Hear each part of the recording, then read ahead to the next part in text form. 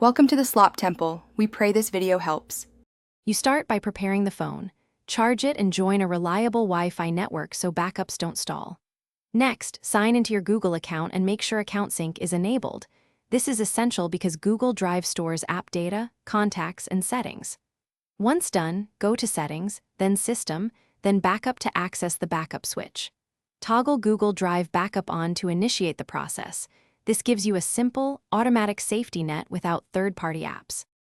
You now configure exactly what gets saved. Tap Backup now to start a manual run and watch the progress percentage so you know it completed. Make sure apps, call history, contacts, and device settings are checked. These items restore the phone layout and functionality. For photos and videos, open Google Photos and enable Backup and Sync. Otherwise, media won't be in Drive Backup. Once complete, verify the timestamp and backup size to confirm everything uploaded correctly. You finish by restoring or preparing for a restore.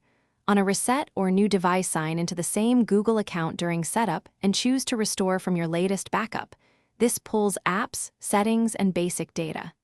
If a restore fails, make sure Wi-Fi is strong, Google Drive has enough storage space, and account sync is active.